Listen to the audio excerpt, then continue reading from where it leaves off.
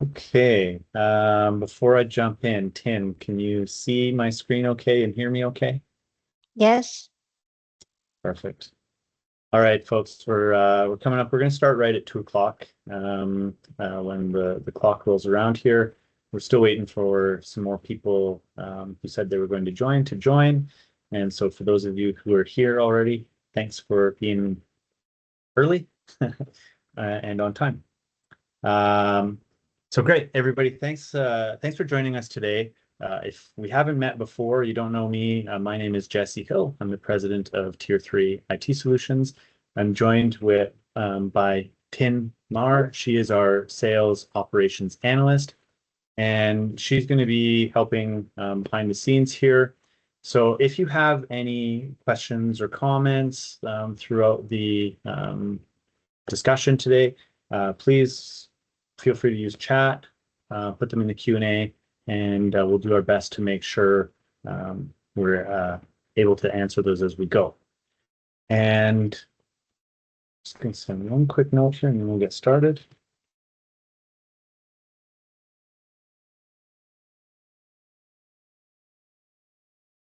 Okay, so today's topic is about moving from risk to resilience. And being an IT services provider, we have a bit of a bias, and we're going to be talking about how your organization's IT strategy plays into this whole scenario. The agenda that we're going to run through today, you can see here we've got a couple different points, and really we're going to be taking a look at this whole concept of, is technology helping or hurting your business?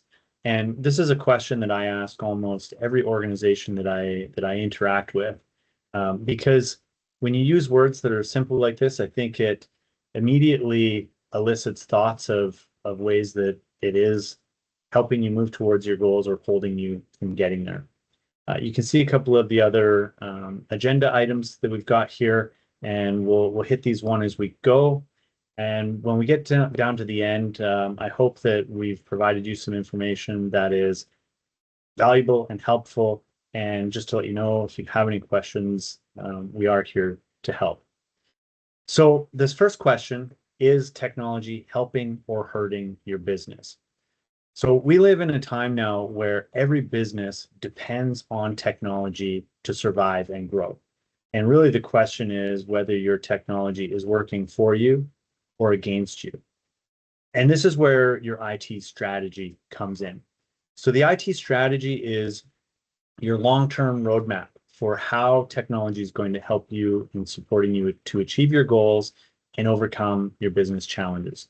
It considers, tools, devices, security, processes, integrations, investments, training, policies, all of these aspects that go into your technology strategy that help you operate smarter, protect your data, and hopefully fuels innovation and efficiency within your organization. Without a well thought out technology strategy, then you tend to be much more reactive, where you're just dealing with today's problems rather than thinking about how are these investments helping our business. A good strategy is also going to help you understand and anticipate risk, and hopefully let you plan your investments so that your cash flow matches your business needs and all those types of things. And so I want to give a bit of a visual about this. And again, this is something I talk about with almost every business owner that I meet, because we talk a lot about how technology is going to help your business achieve its goals. But when you sit in your boardroom, you probably are talking about your business goals in terms of, financial objectives that you're trying to achieve. It might be, growth targets, marketing, sales. You might be focusing on operational issues, whether that's, business process enhancement, streamlining, collaboration in the team, whatever it might be. And then, of course, we all have people and culture and engagement and all of those types of things. And what happens in most organizations is you bring these four kind of operational areas into a boardroom. You talk about where you want to go a year from now, 3 years from now, and they come out of that room with a plan. And more often than not, however they're doing technology, that plan gets given to the IT team after the decisions have been made about how they're going to do it. And the IT side of things is reacting and doing much more tactical kind of initiatives. What I propose is that as an IT, partner to our clients, the more we understand about the organization's goals and the earlier, the better the advice we can give. The example I use is if you came out of this boardroom, this fictional boardroom, and you said, our organizational objective is to grow the business by 50% in the next 3 years. Well, I need to know as your IT partner how you intend to do that. Because if you were to tell me you're going to go out and you're going to acquire 2 or 3 or 5 or 10 competitors, my technology recommendation is going to be that when you start that process, when you have signed your letter of intent and you're doing your due diligence, you should invite us in so that we can do a technical assessment, a risk assessment, an integration assessment, so that you understand what you're actually buying and what it's going to take to bring that into your existing infrastructure. Now, on the flip side, if that growth plan was focused more around growing and expanding your outbound sales team, well, if you're going to put people out in the field, we're going to want to talk about, well, how are they connecting in? How are we managing, the sharing of data? What are we doing for a CRM? What kind of security and integration concerns do we have? And so to me, the technology plan is that connecting thread between all of the different areas of the operation in your business or nonprofit or whatever you might be. So the better the conversations you can have, the better the strategy can be, the more helpful. Now, there are ways that a poor or poorly thought out IT strategy is going to hurt your business. And we can see them, populating on here. And this, of course, is not an exhaustive list, and you may not experience all of these, or it'll be different ones at different times. The point is that, again, when we lack, forethought and planning and a proactive approach, we are reacting to the problems of the days. So a common one that we find when we're invited in to talk to potential new clients are things like these unexpected outages or surprise expenses. Because when we think about technology, it's not just the device that's sitting on my desk, it's everything that's on that network. That includes the firewall, the network switches, the cabling, the printers, the smart thermostats. And if we are not, considering everything that goes into, getting set up to run a session like this today, one weak link in that chain is where we can end up with problems and failures. And we often find it where seemingly minor pieces of infrastructure, like a network switch or something like that, doesn't necessarily get monitored and managed and planned for replacements and upgrades and firmware and all of those types of things. So those are kind of operational things. When we get into issues like ransomware and unrecoverable and lost data, again, those are really challenging situations because it's usually there's been an oversight, there's been a mistake, there's been a lack of implementation in the infrastructure, the security side of things. And if you're not proactively testing and validating all of these systems, then you can end up finding out at the wrong time that your backups or whatever may not be up to par. Yeah, so we have a question. How do you quantify IT resilience beyond system uptime? So is there a measurable ROI framework? It's a good question. So in our business, we have a special metric that we track where we are essentially looking client by client on a monthly basis, and we measure how many interruptions, how many support tickets did they submit, times the average amount of time that it took to solve that issue across all those tickets. And we get a number. We call that the reactive hours per month. And our objective is to drive those reactive numbers down, over time, because that to us is an indication of the level of productivity your people are able to extract out of their technology. So we can probably have a much deeper conversation about it, but I hope that gives just a little bit of an insight on that. So the other thing is that poor technology management, it introduces risk into the organization.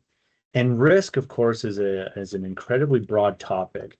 But from our perspective, what we are looking at is we're looking at all of the different aspects that I kind of described earlier, how complicated it is. And we say, okay, when we look at each part of this chain, if there were a problem at the firewall, as an example, if that firewall were compromised or failed, what would the impact to the organization be? Would it be low, medium, or high? Something like a firewall, I mean, if a firewall crashes unexpectedly, you lose connectivity to the internet. It probably means you're not communicating effectively with your clients. You're not connecting to your cloud services. Maybe even your phones stop working because a lot of us run voice phone systems. So I would say that's a high impact scenario. So then we need to think about what is the probability of a problem in that firewall. And there's lots of different ways to think about it, but the factors that would kind of lend itself to being a high probability failure would be if there are known updates and security patches that have not been applied. If it is, of a certain age, let's say it's over, 4 or 5 years old, it doesn't have any warranty support from the vendor anymore. Maybe it's something that we recognize, physically is in a part of the building that is hot and dusty and, has maybe less than ideal, power. Maybe it's, I remember we saw this lots with, firewalls in utility closets in a welding shop. And so if we saw an environment like that, we'd say, well, it's probably a high probability of this firewall, failing. Now, at the low end, we've got a brand new firewall that has warranty, that has all of the patches done on it, that has power conditioning and all those types of things. Well, that's a low probability. And the thing about your IT strategy is that we need to be able to assess and evaluate how those risk factors would affect our business. These are not technology problems. They create ripple effects across your entire organization. So we kind of alluded to it already there, but obviously an operational disruption is when you and your staff are unable to do the work that you're supposed to be doing. It can kill your productivity. It can delay projects. You might miss out on revenue opportunities. And the more frequently you have to make those excuses to your clients, the more likely you are to kind of trickle over into the reputational impact, which of course is when you are unable to deliver for a client, they have a certain amount of patience and they have a lot of different options and vendors in the market. If you have a data breach or an extended service outage, again, it can be challenging to convince your clients again that you're worth trusting. Because every single one of our organizations and businesses have a trust relationship with our clients and our vendors. And we're also starting to see where certain larger institutional types of clients, they are requiring that you maintain a certain level of cybersecurity and technology maintenance standards. Financial losses, of course, in the cases where there's been a compromise, maybe an email breach, a funds transfer type of fraud, or things like that, there's a direct financial cost. And in certain instances, you can end up with other expenses after the fact, things like fines and sanctions. And this last one, I think, is probably underappreciated, but poor technology and poor technology implementations has a pretty significant negative impact on your employees.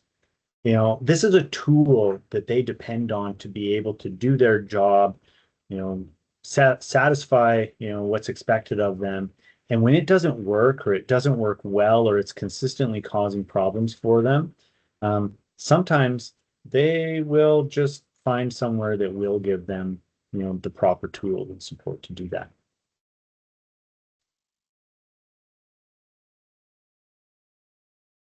So there's a number of ways that obviously an IT services provider is going to help you with your strategy. And the first thing is the experience and expertise. One of the great things about being in this business, in this industry, is that I get to talk with lots of different business owners and operators and managers and financial people in many different industries. We support businesses in many different verticals, and we get to see what's working, what's causing problems. We're also participating in a lot of training and conferences and industry frameworks so that we are continuously enhancing you know, the knowledge base that we're bringing to the table. This security perspective, again, I think this is one of those ones that a lot of, you know, business owners may not have the exposure, right? I mean, you will never see the inside of a cybersecurity incident or a compromise or, you know, a rogue employee until it happens to you. But because we're, again, servicing many different clients, we see those things. And we're able to take the lessons learned from one client or one scenario and, you know, integrate that into our best practices for all of our clients. The other thing is that your IT department, your IT team, your IT partner, they should be working to help you communicate and collaborate with all of your vendors. And so I'll give you an example here internally is we have a person on our team that every single week has a scheduled meeting with one of our outside software vendors to make sure that the vendors understand how we're using their tools, what our expectations are, what's working, what isn't, hear from them about what their development roadmap is. And these are the types of things that you may not think about your outside vendors being a part of your IT strategy, but they are, because the decisions that they make are going to impact your business. And some of these other ones, when we start getting into the predictable investments, the growth, the scalability, the flexibility, and the strategic IT planning, is again all about making sure that going back to that slide with the 4 areas of practice in the business, making sure that IT understands what you're trying to achieve so that they can put forward a plan, priorities, investments as far ahead of time as possible. I think a lot of us running businesses, if somebody shows up and says, "Oh, you need to make this investment next month," I mean, we're going to do it if we need to, but it's a lot easier if we know a year ahead of time that there's an investment to be made. We can plan for it. We can assess our choices. We can make better decisions the more lead that we have.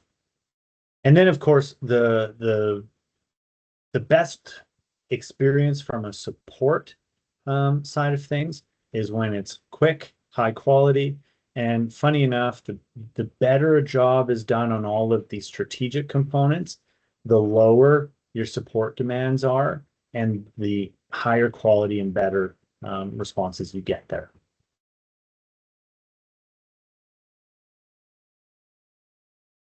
So I wanted to introduce something, and again, this is a bit of a framework that we use internally.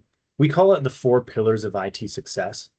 And the reason that we developed this for ourselves and for our clients was that, I mean, we've already covered a lot of different topics, and I don't know if you've been able to take what we've talked about and turned it into a tangible outcome or activity that you want to do after this. Um, but it's a little bit nebulous at times.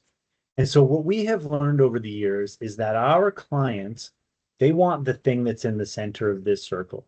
They want technology that works. They want their staff to be efficient and productive. So out of the 4 pillars, we call this stability. And so you can see, the paragraph out here, our job is to proactively design the systems and activities to help keep the technology running smooth and minimizing those interruptions. And so when we're talking internally about decisions that we're making, we ask, well, is this contributing to a higher level of stability? Is it contributing to a higher level of security? Because our clients want us to help protect their businesses from cyber threats. Now, we're always very careful to say there is no such thing as a cyber secure business. As cybercrime affects businesses large and small in all different industries. And so what we have seen and learned is that the businesses who prepare ahead of time are the ones who experience a lower level of impact, recover faster, and incur lower overall costs in the case of a cyber incident.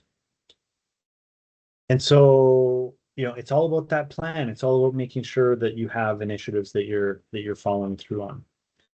And then we've talked a bunch of times here about we want to turn technology from a pain point into a business advantage, achieving those goals, solving problems. So there's a marriage between the technology plan and the business plan so that they are collaborative and building upon each other. Now, I always stop here and point out, and you'll see why when we get to one of our next slides here, is that from our perspective, when it comes to IT delivery, the IT department, your IT provider, these 3 items are what we consider to be proactive aspects of technology delivery. And what I mean by that is that we have people in roles that only focus on these items. Because the 4th pillar is really great IT support. And what happens a lot of times, an organization might say, okay, we're going to, hire an IT person. And the IT person's job is to align business, goals and challenges with technology solutions. And they find out over time that this person is just inundated with support work.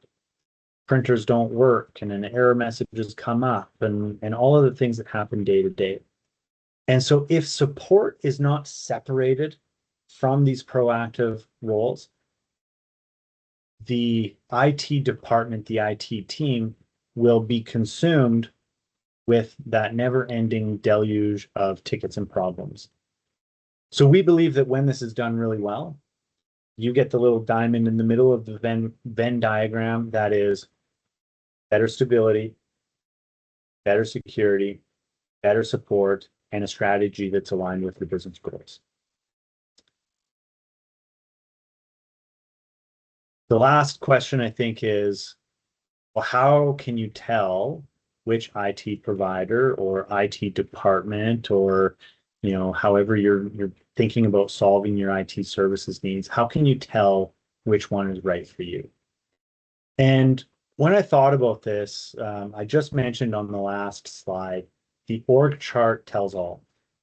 And I know this because I've been running this particular business for over 20 years. We have gone through multiple evolutions, in our business and in our industry. And we've lived the reality of calling ourselves proactive, but having a reactive org chart. And the slide that I was just on, I mentioned dedicated people for stability, security, and strategy. So if you were to ask me to show you my org chart today, 80% of our staff is in proactive roles, meaning they are working every day to avoid service interruptions, to avoid unexpected outages, to avoid security incidents. And about 15, 20% of our staff are on the reactive side, on support desk. 5 years ago, if you'd have asked me what it means to be proactive, I would have had a very different definition and a very different org chart. 80% of our staff 5 years ago was in a reactive role. We called ourselves proactive because we had good antivirus, good backups, good patch management, and a good support team. But the truth of the matter is the org chart is the deciding factor. So, think about that. Ask those questions. Understanding the process. Again, this is something that when you are, talking about technology, it can be easy to kind of go down the rabbit hole of, well, what antivirus do you use and what backup and what firewalls and how do you do? And those things are a part of the recipe, but how they put them together is the difference. Kind of one of the analogies would be, I don't know if anybody on here is really into cooking or baking, but you could give me a pile of ingredients and we could give that same pile of ingredients to, somebody who's studied, culinary arts, and we will produce drastically different end results. We had the same tools. We had the same antivirus, the same patch management, the same, firewalls. But because that person studied it and had, help, they were able to give you a better outcome, which of course ties into a couple of these others, the maturity level, meaning they've developed these skills, they've learned from their mistakes, they're not repeating them.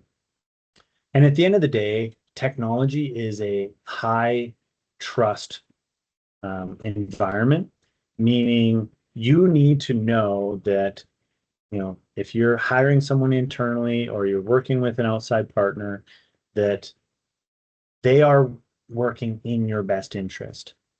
They're actively concerned about how the decisions they're making is going to affect you, your business, and your people. So I do want to just pause here and take a look at and see if we have any questions. And also I want to, obviously our contact info is here. I want to just let everybody know we are currently running a promotion, an incentive where we are hosting cybersecurity or an AI in business briefing, which is essentially a chance for you and I to connect one-on-one so that I can get to know a little bit more about your business, what you're facing, what your priorities are, give you some actionable follow-ups that you can take and either implement or learn from and integrate into what you're doing in the future. And for anybody that participates in one of those briefings, we'll enter you in our draw that we're going to be doing a little bit later this year for a $3,000 WestJet travel voucher. For those of you who are clients of ours, thanks for joining. We would invite you also to participate in this. We have a little twist on it, though. We're actually hoping that you can help us meet other business owners who might be interested in learning more about this. And if you refer someone who also books a briefing, you both get entered in the draw. So I see Tin also posted that into the chat there. We did also have a draw for everybody that stuck around until the end of the session here today. And I'm just checking my chat. So Tin has let me know that our winner today is Jessica. So thanks for joining us, Jessica. We'll email you just after the chat here today and make sure that we get that over to you as soon as possible. This is all the structured content that I had that I wanted to go through. I'm happy to answer any questions that anyone might have. I see that I have one question about contracts and pricing. Truth be told, today's session isn't about selling our services. I'd be happy to talk to you about that. But we would need to understand your business, your needs, your current situation before I could answer that. So hopefully we can connect and follow up on that request once we'll get that form filled out. Oh, perfect. Yeah, it's always funny because we're in a webinar. Tin, I don't know if we have a way to identify this person because it shows as unverified. Yes, you can. So I can see his name. Oh, you can see them all. Okay, perfect. Well, great. Thanks everybody for joining. Really appreciate you taking the time. As we said, happy to connect, answer any questions that you might have. I hope this was valuable. We'll be putting the recording up and sharing it out. So if you think there's anybody else in your organization that might want to review what we talked about today, we'd appreciate you sharing that. All right. Thanks, everybody. Have a great day.